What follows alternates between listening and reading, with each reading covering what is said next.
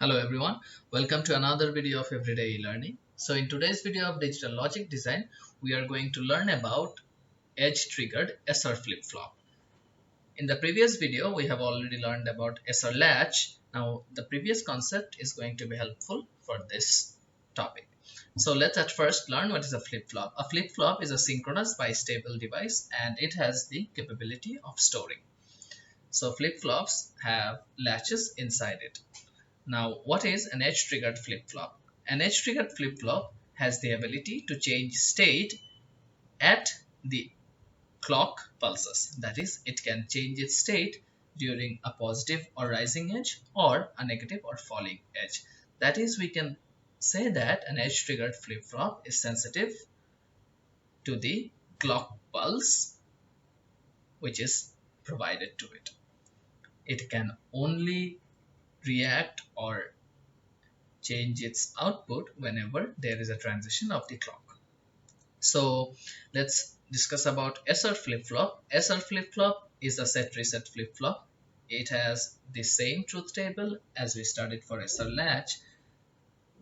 The SR flip-flop kind of looks like this. The inputs are S, R and an enable, and the outputs are Q and Q complement.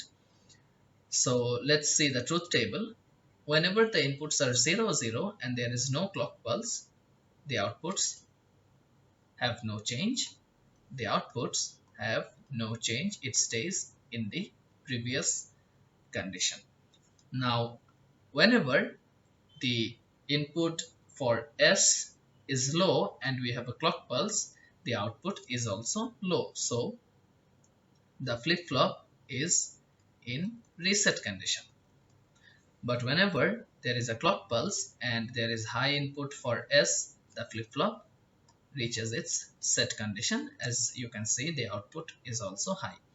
But the problem with SR flip-flop is that whenever both the inputs are high and we have a clock, then there is an invalid condition, which is one of the limitation of SR flip-flop. We have to keep it in mind for our further study. So using the truth table, we are going to match it with the timing diagram to learn how the clock helps to store the output. Let me take the highlighter. As you can see, whenever there is a clock transition, let me mark it with the color, and the input for S is high, we can see that at that point the output is also high. We can also match it with this one.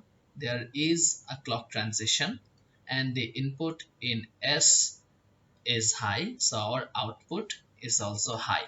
And this condition lasts till the next edge. It will only work for either the positive edge or the negative edge. Since our flip-flop here works for the positive edge, the transition will be observed only when we have rising edges or positive edges. So you can check for other conditions. Whenever there is no clock, the output is also low, no change.